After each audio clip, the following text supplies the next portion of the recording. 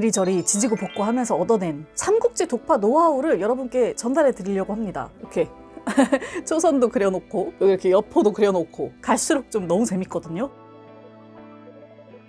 안녕하세요, 공복 여러분, 공백입니다. 오늘은 모든 독서인들의 버킷리스트에 한 번쯤은 꼭 들어가는 책 삼국지에 대해서 얘기해 보겠습니다. 사실은 제가 그 삼국지를 읽다가 맨날 실패하는 삼국지 독파 N회차 실패 인간이거든요. 진짜 여러 번 도전했다가 다 실패했는데 지금 난생 처음으로 제가 독파를 눈앞에 두고 있어요. 그래서 제가 이리저리 지지고 볶고 하면서 얻어낸 삼국지 독파 노하우를 여러분께 전달해 드리려고 합니다. 앞으로 삼국지 읽어가실 분들에게 도움이 될 영상일 것 같아요. 바로 시작해 보겠습니다. 일단 들어가기 전에 이제 삼국지는 판본이 많다 보니까 어떤 판본으로 읽었는지 이게 또 중요하거든요. 저는 원래 요 황석영 버전 삼국지를 원래 가지고 있었고요. 이번에 독파를 앞둔 버전은 요 버전, 박상률 버전의 삼국지입니다. 여기서 잠깐 체크할 게 있어요. 삼국지는 다 알고 계시겠지만 정사가 있고 나관중 버전의 소설이 있죠. 그래서 현재 시중에도 검색해 보시면 정사 완역본이 있고 소설 삼국지 연의의 완역본이 있어요. 제가 가진 버전은 둘 다 소설 삼국지 연의의 완역본입니다. 본인이 뭘 읽으려고 하시는지 먼저 잘 체크해 보세요. 가끔 정사가 그 실제에 가까울 테니까 정사를 읽는 게 낫지 않냐라고 얘기하시는 분들도 계실 텐데 요거는 좋고 나쁜 걸 떠나서 본인 목적에 따라서 선택하시면 됩니다. 저는 삼국지를 역사 공부를 하기 위해서 읽은 게 아니라 소설적 재미를 위해서 읽고 싶었기 때문에 요 버전을 선택한 거고요. 그 목적을 먼저 잘 구분하시면 좋겠죠. 소설 삼국지를 중심으로 판본을 고르실 때는 나름대로 자신의 기준을 좀 세워두고 그 후에 각종 평을 찾아보시면서 고르면 될 것 같아요. 제 경우에는 이미 이제 여러 번 독파에 실패했기 때문에 진짜 최대한 어렵지 않게 완독하고 싶다가 목적이었거든요. 그러면서도 동시에 원문을 좀 충실하게 삭제한 부분 없이 읽고 싶다는 마음도 있었습니다. 아마 삼국지 가장 익숙하신 게 이문열 버전 그리고 황석영 버전일 텐데요. 제가 예전에 삼국지 구매할 때 이문열 삼국지가 그 정사랑 연의가 좀 취사선택되어 있다. 그리고 나중에 보완이 되긴 했지만 제갈량 이후의 내용이 많이 삭제되어 있다는 얘기를 들어서 제가 황석영 버전을 원래 샀던 거거든요. 이 버전을 이제 원래 샀었는데 다만 제가 이 버전을 완독을 못했기 때문에 이번에 이 박상률 버전으로 다시 도전을 좀 시작했죠. 이 버전은 이제 옛날에 시공사에서 원래 나와서 좋은 평을 받다가 이번에 북플레저에서 다시 출간된 버전입니다. 이 두 책은 제가 실물이 있으니까 나중에 문장을 몇 개 좀 비교해 볼 수 있을 것 같아요. 자, 그러면 이제 본격적으로 제가 삼국지를 독파하면서 아주 고군분투하면서 얻어낸 여러 가지 독파 노하우들을 여러분께 좀 소개해 보도록 하겠습니다. 자, 내가 소설 판본을 골랐다, 독서를 시작했다 라고 하시면 일단 첫 번째 팁, 차근차근 메모하면서 독서하세요. 제 경우에는 메모를 두 개로 분리했거든요. 하나는 이렇게 작은 메모, 그래서 책 읽으면서 이 책의 흐름대로 사건을 정리해두는 그런 메모입니다. 그래서 책 한 권 읽고 나면 이렇게 양쪽으로 메모가 한 요 정도 쌓이거든요. 이렇게 작게 세세하게 메모하면서 한 권을 읽어주시고 한 권을 다 읽은 다음에 큰 사건 위주로 한 번 더 정리해 주시면 좋아요. 그래서 저는 이렇게 스케치북에다가 따로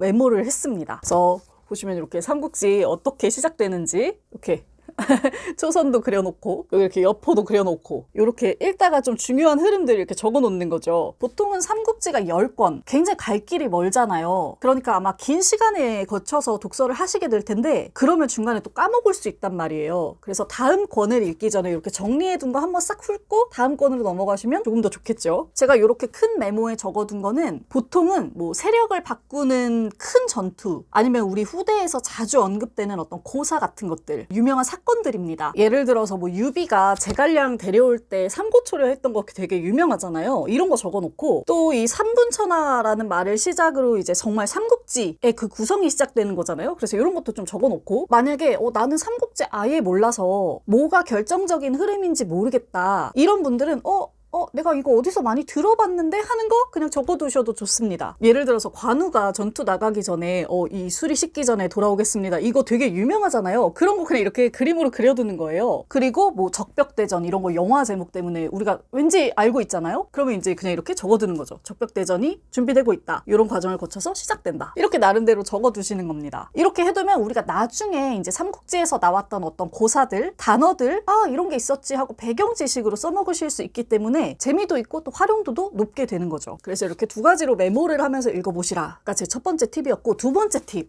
여러분 진짜 혼란스러워도 2권까지 버티세요. 제가 진짜 이번에 독파하면서 느꼈는데 삼국지는 2권까지가 진짜 거대한 허들입니다. 왜냐면 2권까지는 일단 삼국이 아니에요. 세력도 너무 분할되어 있고 이 변동도 너무 심하고 인물도 너무 많이 나와요. 왜 우리가 군웅할거식이라고 하잖아요. 정말 그 넓은 땅에서 영웅들이 우후죽순 등장하거든요. 그래서 이 시기가 그 주요 내용을 파악하기가 정말 힘들어요. 뭔가 이 기둥이 손에 잡히지 않으니까 여기서 많이들 포기하시거든요. 저도 계속 그랬었고요. 근데 이 시기를 잘 버티고 3권으로 넘어오시면 뭔가 이제 나라들의 가닥도 잡히기 시작하고 주요 인물들이 막 떠올라요. 이제 뭐 죽을 사람 다 죽고 우리가 알고 있는 그 유명한 사람들이 막 나오거든요. 그래서 훨씬 쉽고 재밌어집니다. 책장 넘기는 속도도 빨라지고 내용상으로 보면 이 삼국지는 제갈량이 나오기 시작하면 그때부터 재밌어져요. 그러니까 여러분 2권까지 잘 버티시면 좋겠습니다. 만약에 이 2권까지의 세세한 전투나 세력 변화 이런 게 너무 어려우셔서 헷갈리시는 분들은 환관들이 세력을 잡으면서 나라가 개판이 났고 온 백성이 흉흉한 가운데 황건적의 난이 일어났고 이 난을 진압하느라고 세상 여러 곳곳에서 영웅들이 등장했는데 여기에 이제 유비관우 장비 같은 사람이 있고 이 사람들이 이제 서로 합치고 헤어졌다가 지지고 복구하면서 크게 3등분으로 나눠지기 시작한다 라고 이해를 해주시면 좋을 것 같아요. 자, 그리고 삼국지 읽으실 때 세 번째 팁. 삼국지는 네 편, 내 편, 좋은 편, 나쁜 편을 가리려고 하시면 헷갈려요. 그래서 캐릭터에 대한 관념을 완전히 열어두고 접근하시면 좋겠습니다. 여기는 완전히 고정적인 게 없는 세계고 이분법도 통하지 않는 세계라고 기억해 두시면 좋아요. 오늘은 내 편이었다가 내일은 쟤네 편 되고 좋은 사람이었던 것 같은데 나중에 보면 약간 이상한 짓 하고 있고 막 이러거든요. 그래서 딱 고정된 어떤 카테고리 안에 인물을 배치하려고 하면 힘들어집니다. 다 열어놓은 상태에서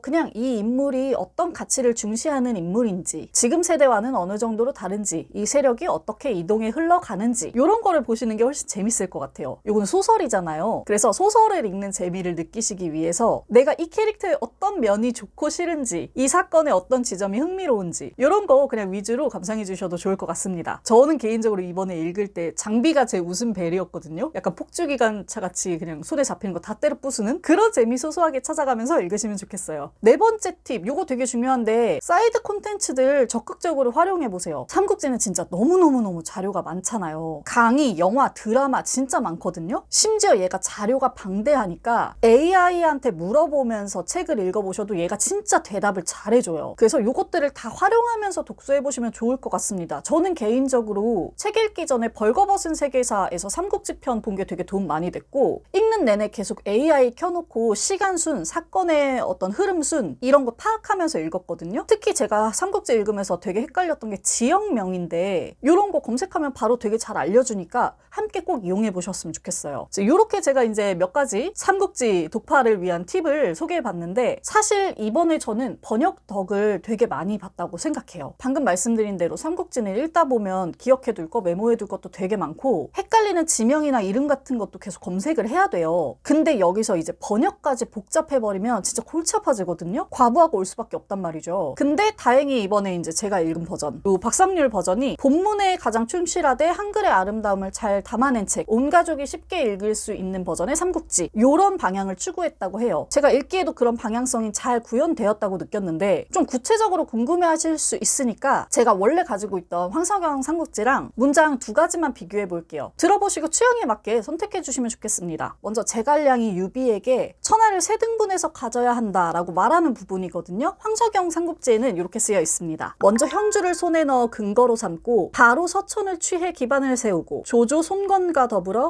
정족지세를 이루십시오. 같은 문장이 박상률 버전에서는 이렇게 쓰여 있습니다. 먼저 형주를 차지해서 집으로 삼고 나중에 서천을 차지하여 발판으로 삼으십시오. 마치 솥을 받치고 있는 새 발처럼 셋이 맞서는 꼴을 이룬 뒤에라야 중원을 꿈꾸실 수 있습니다. 약간 뉘앙스 차이가 좀 느껴지시죠? 하나 더 비교해 볼게요. 연암의 허소라는 사람이 조조를 평하는 문장이거든요. 황석영 삼국지에서는 이렇게 쓰고 있습니다. 그대는 치세의 능신이고 난세의 간웅이 될 것이다. 다음은 박상률 버전입니다. 자네는 세상이 평안할 때에는 능력이 뛰어나고 훌륭한 신하로 능신이 될 테지만 세상이 어지러울 때는 아주 깨바르고 간사스러운 영웅으로 간웅이 될 상이네. 요렇게 한자어를 비교적 그대로 써서 좀 짧고 간결한 버전을 선호하시냐, 아니면 한글로 풀어 써져서 즉각적으로 이해가 가능한 버전을 선호할 것이냐, 요게 아마 가장 큰 차이일 것 같아요. 저는 이번에 삼국지를 진짜 재밌고 편하게 읽고 싶었기 때문에 때문에 이 책이 저한테는 굉장히 잘 맞았던 거죠. 게다가 이제 또 저는 책을 사 모으는 인간으로서 그냥 예쁜 게 좋거든요. 이 책이 그냥 너무 예쁘게 나왔어요. 이 디자인도 예쁘고 안에 사파도 되게 잘 들어가 있고 이 박스 디자인이 또 되게 예쁘거든요. 이렇게. 그래서 개인적으로는 굉장히 만족한 독서를 했다.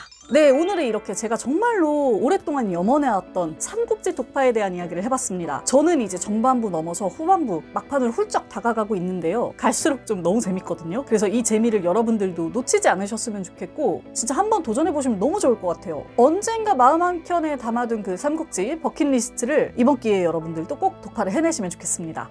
저는 올해 초를 이렇게 좀 큰 프로젝트 하나 끝내면서 시작할 수 있어서 굉장히 뿌듯한데요. 더 힘을 내서 다음번에 또 재미있는 책 들고 돌아오겠습니다. 여러분 모두 힘차게 독서하세요. 공백의 책단장이었습니다. 안녕.